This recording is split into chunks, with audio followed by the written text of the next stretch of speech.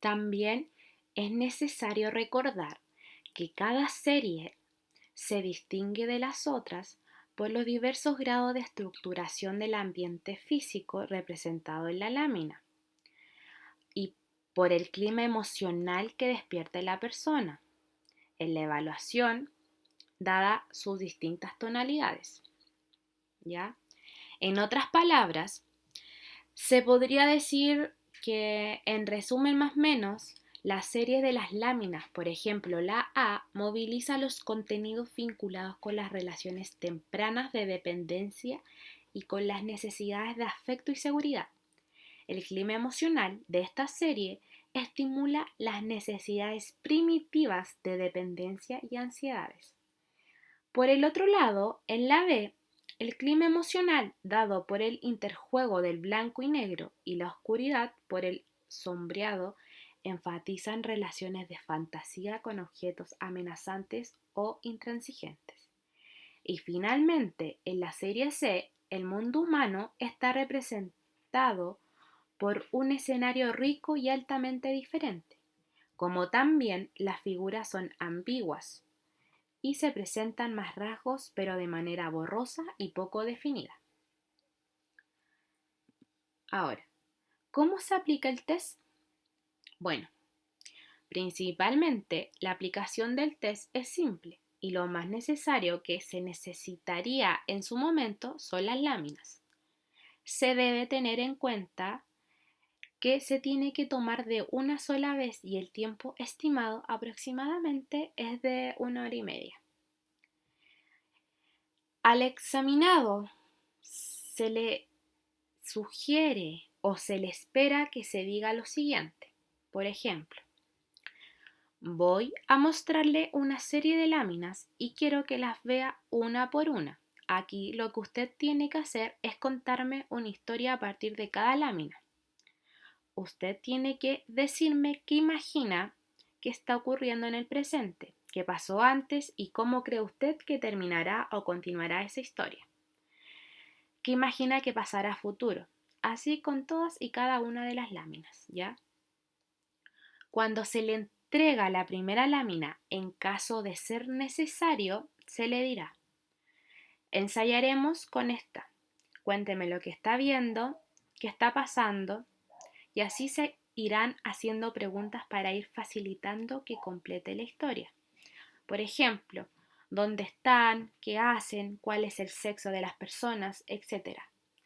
Una vez completo todo eso, se le dirá que ya se ha dado cuenta de cómo es el test. Ahora le voy a pedir que arme otra historia usted solo.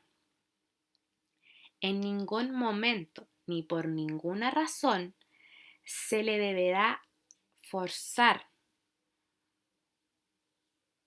como también cabe recalcar que este procedimiento solo se utiliza para la primera lámina, ¿ya?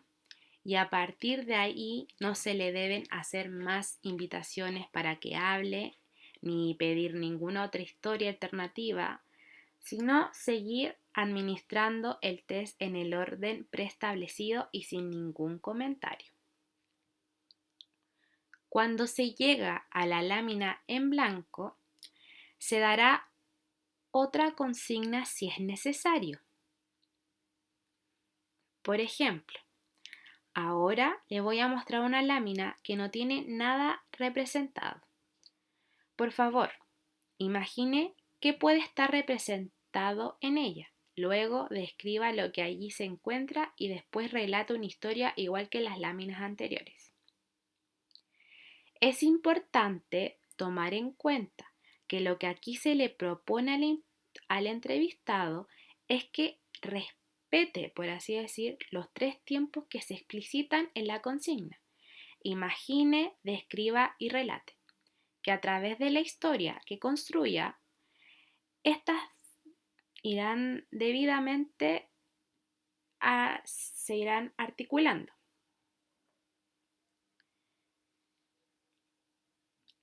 Y ya finalizada la etapa de la administración del test, se le dirá, qué bueno, Ahora necesito hacerle algunas consultas específicas.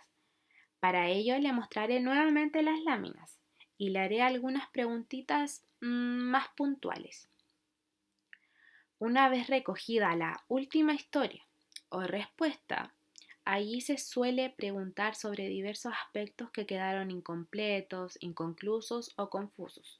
Por ejemplo, en los personajes que parecen tener importancia en la historia y de los cuales se dieron muy pocos detalles. Las características fuera de lo común, por ejemplo, cuando el entrevistado visualiza una figura con el sexo opuesto al que se le suele atribuir, etc. Acá se presentarán los indicadores de cada lámina, donde podemos o vamos a observar que las figuras, ya sean humanas o no, fueron dibujadas en forma tal que resaltaran o resultaran ambiguas en cuanto al sexo. El movimiento entre ellas, la expresión de la cara u otras actitudes, cada lámina tiende a evocar temas de relaciones humanas conflictivas. A su vez, cada serie se divide de las demás por los diversos grados de estructuración del ambiente físico y por el clima emocional que despierta, dadas sus distintas tonalidades.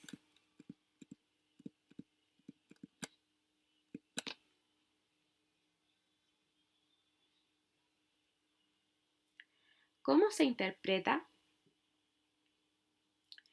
La interpretación que se hace una vez terminado de pasar todo el protocolo. Como en todo test proyectivo, también existen una infinidad de respuestas generadas por los entrevistados, por lo que su interpretación muchas veces también se ve dificultada. De acuerdo con el método original, se tomaba en cuenta la percepción cognitiva, la apercepción y la historia. En la A había que detallar qué ve, aspectos enfatizados, omisiones, percepciones de acuerdo a lo inusual.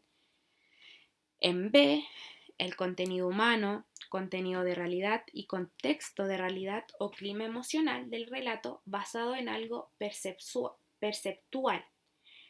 En C, se verifica si la historia consta de 3 tiempos, si hay o no conflicto, si hay o no desenlace, si las historias se agrupan por serie, si se comparan entre sí, anotando lo que resulte más llamativo, las omisiones, las distorsiones, etc. Una vez después resumidas las conclusiones de cada serie, se comparan todas las historias de un personaje, de 2, de 3 o de grupo. O sea que podríamos decir que de cierta forma la interpretación que hacemos en este test se asemeja mucho a lo que hacemos frente a un sueño. ¿Por qué? Porque si el paciente continúa un trabajo psicoterapéutico después de dicha evaluación, podemos revisar nuevamente su protocolo, invitándolo de alguna manera a interpretar las historias que en su momento vio, como si fueran sueños.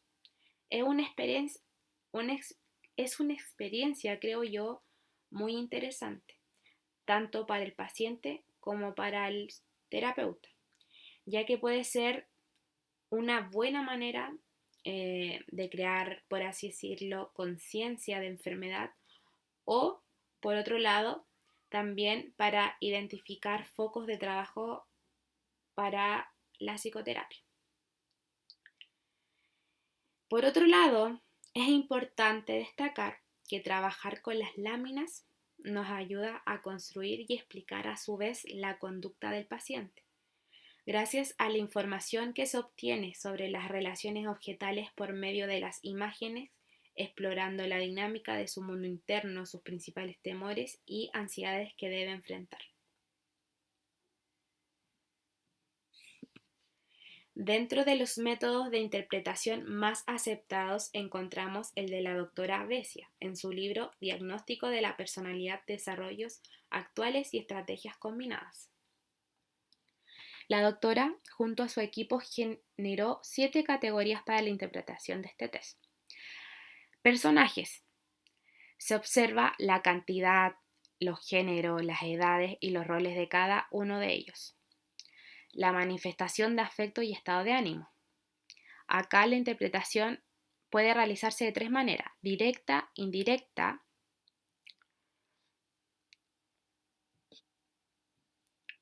que es como lo más importante, y a través del contexto.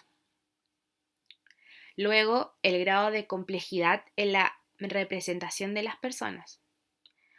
Por ejemplo, si observa o no personas y cuántas, los géneros, los movimientos, los sentimientos, etc.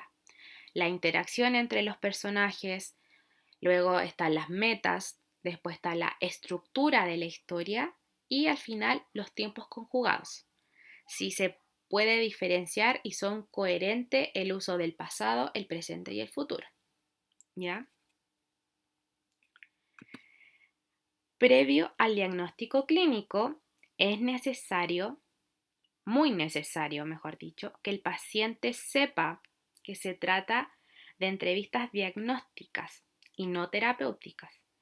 La cantidad de sesiones que se realizarán, que generalmente son 2 o 3, y cuál será la metodología de trabajo. También es fundamental para el diagnóstico registrar el tipo de relación y la actitud del paciente con respecto a la evaluación.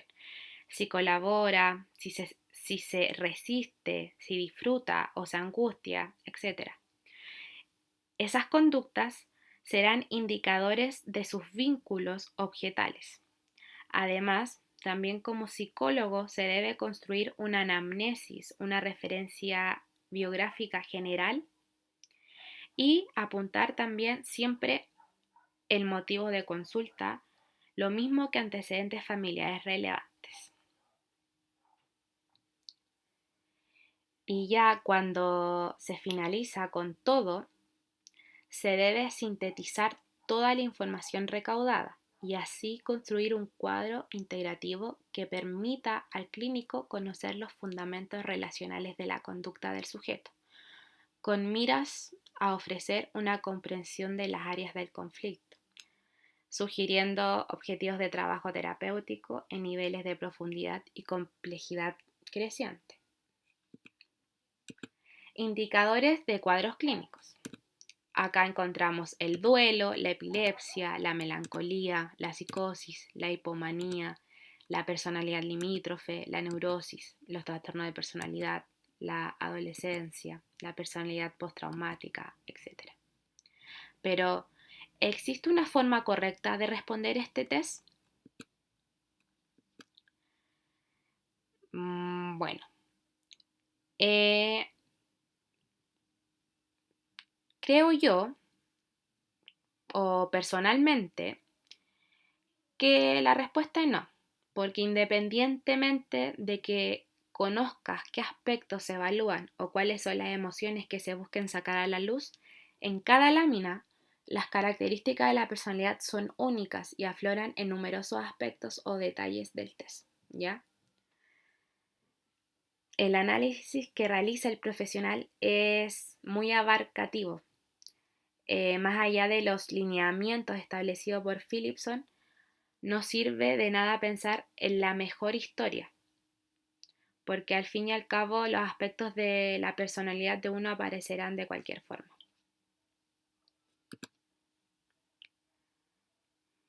Bueno, finalizando con esto, este test más que nada permite acceder al contenido inconsciente de la persona respecto de su relación con los objetos. Las defensas del sujeto se proyectan sobre el estímulo, dándonos información sobre cuáles son sus características. También esta herramienta, por así llamarla, ofrece ventajas para aquellas investigaciones orientadas a las relaciones interpersonales. Es un instrumento que a su vez brinda importantes aportes a la psicología de la personalidad. Creo yo que es una de las técnicas con mayor flexibilidad y adaptabilidad de encuadre, porque también utiliza estímulos ambiguos, como los personajes humanos, los objetos, el clima emocional. El fondo no aparece como estímulo primordial, no introduce respuestas de movimiento humano ni de otro tipo, y si llegan a aparecer es por la necesidad del paciente de sobreimponerla. No hay rasgos culturales, el contenido agresivo es menor. Entonces, también suele administrarse frecuentemente en el área de laboral, donde muestra ser una técnica que se enriquece con el vínculo, de modo que las características que toma en un contexto analítico son distintas y permite alcanzar mayor profundidad. En otras palabras, creo yo que esto puede ayudar a recabar información sobre cómo ese sujeto caracteriza y valora las interacciones sociales, pudiendo acercarnos a las fantasías y a las relaciones objetales más primitivas que lo sustentan, ¿ya? La base de esta teoría fue enunciada por Guntrip en 1952 al referirse a los trabajos de Faraday. Philipson la cita en su libro y nosotros la resumimos así.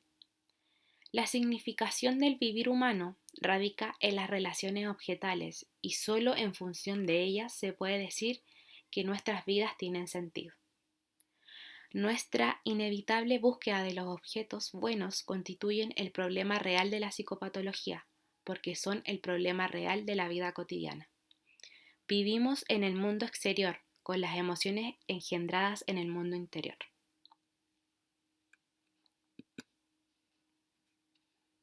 Gracias.